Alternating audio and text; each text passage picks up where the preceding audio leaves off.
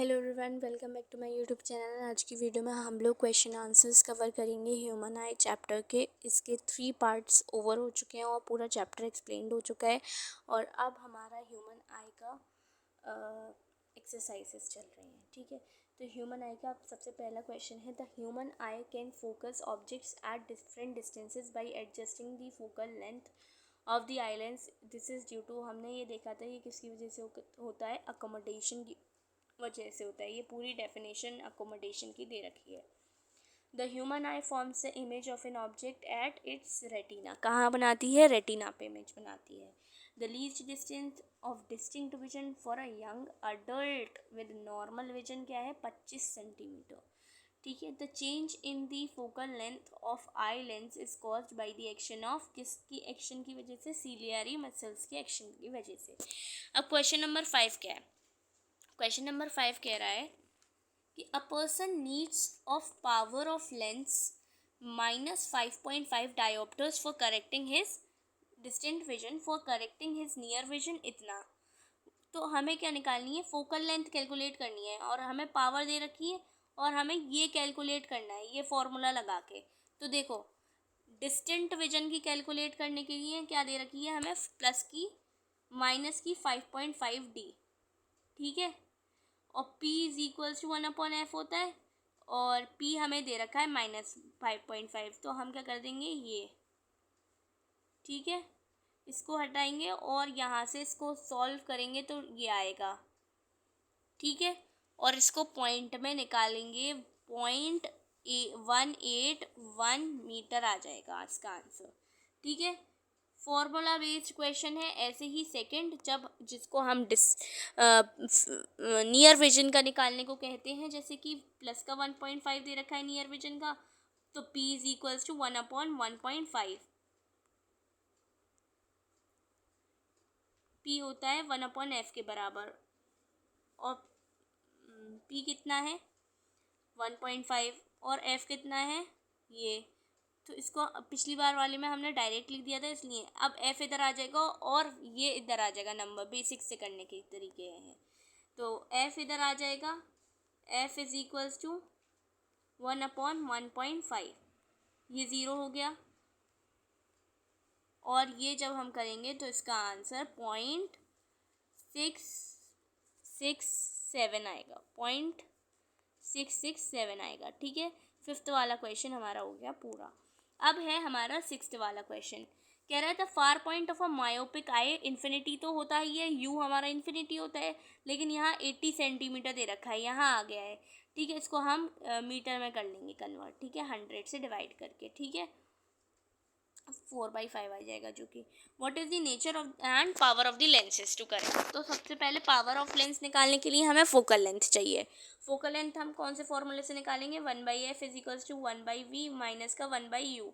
u कितने के बराबर? इन्फिनिटी, क्योंकि इन्फिनिटी रहती है, इन्फिनिटी की वैल्यू हम 0 लेते हैं। v कितने के बराबर दे रखा है? 80 सेंटीमीटर, जिसको हमने मीटर में कन्वर्ट कर लिया, जो कि 4/5 मीटर हो जाएगा, ठीक है। अब इसको फॉर्मूला में लगाते हैं, ठीक है। फॉर्मूला में लगाएंगे जब हम, तो माइनस का 5/4 हो जाएगा रेसिप्रोकल करके, और माइनस का इन्फिनिटी हो जाएगा। और f निकालेंगे तो f इसका और रेसिप्रोकल कर देंगे, f ही आ जाएगा, ठीक है। f ये निकल आया। अब हमें क्या करना है? अब क्या करेंगे हम लोग? पावर निकालेंगे। पावर कैसे? 1/4/5 करके। f की वैल्यू हमें दे रखी ना, उसी तरीके से, ठीक है। तो अब क्या कर देंगे, 5 ऊपर आ जाएगा और 4 नीचे आ जाएगा, ओके।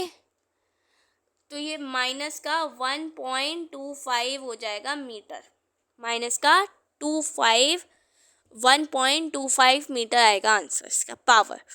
और कौन से लेंस की ज़रूरत होगी? जब फोकल लेंथ नेगेटिव होती है तो कॉनकेव लेंस की ज़रूरत होती है, और मायोपिक आई है, हमें पता है दूर की देखने के लिए हमें कॉनकेव लेंस का यूज़ करना पड़ता है। इसके बाद है 7th क्वेश्चन। एक डायग्राम बनाना है हाइपर मेट्रोपिया को करेक्ट करने का। ये हमारी बुक एनसीईआरटी बुक में दे रखा है, वो खुद कर सकते हैं आप लोग।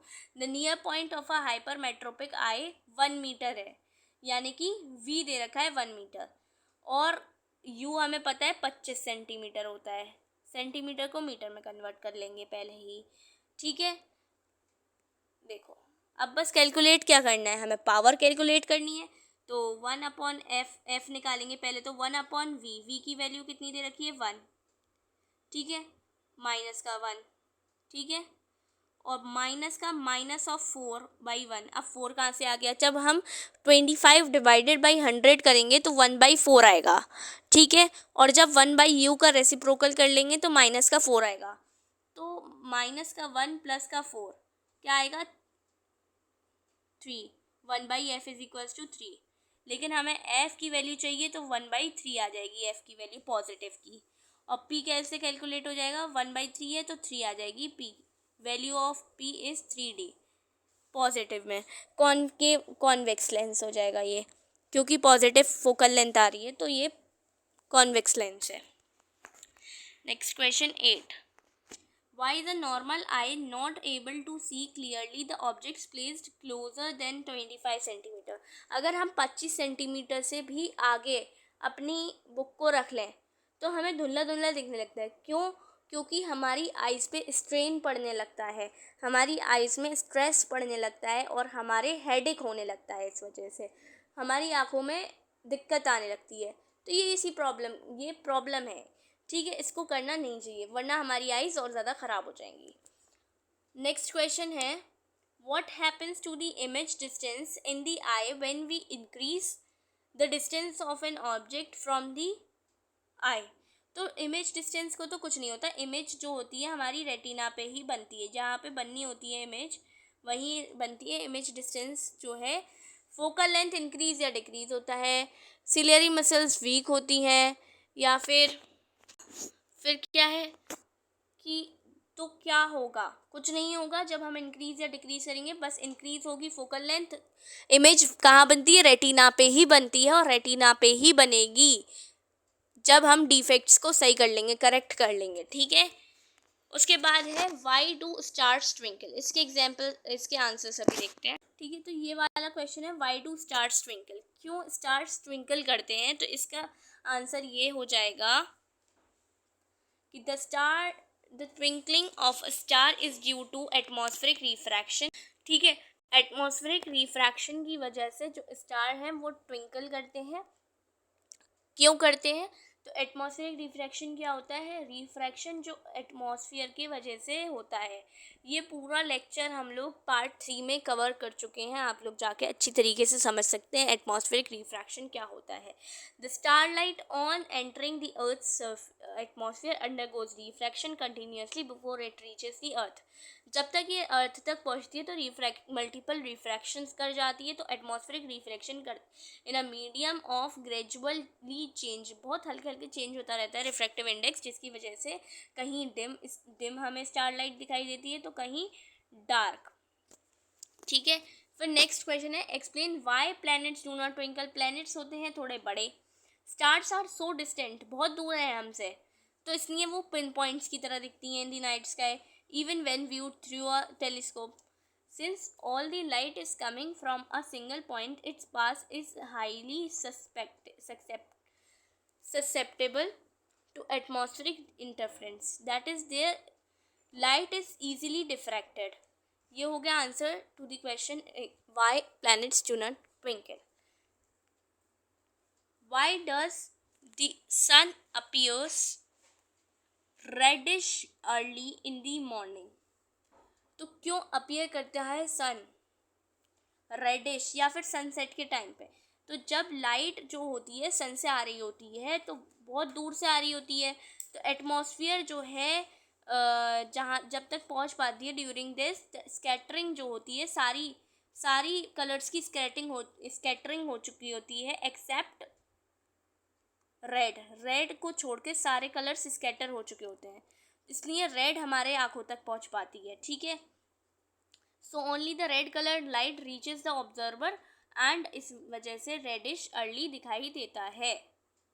लास्ट क्वेश्चन है कि why does the sky appear dark instead of blue to an astronaut. जहाँ पर वो जाता है तो एस्ट्रोनॉट उसको ब्लू क्यों नहीं दिखता, the sky appears dark instead of blue to an astronaut. क्योंकि the scattering of light does not take place outside the earth's atmosphere. Earth के एटमॉस्फेयर के बाहर स्कैटरिंग ऑफ लाइट नहीं होती, क्योंकि मल्टीपल रिफ्रैक्शन नहीं हो पाता, रिफ्रैक्शन नहीं हो पाता तो फिर स्कैटरिंग नहीं हो पाती, स्कैटरिंग नहीं हो पाती तो हमारी स्काई जो है डार्क दिखता है एस्ट्रोनॉट को। ठीक है, ये थे इसके question answers, human eye and the colourful world के question answers. Thanks for watching, and if you haven't not subscribed my channel yet, please subscribe my channel and like, share, comment. Bye bye.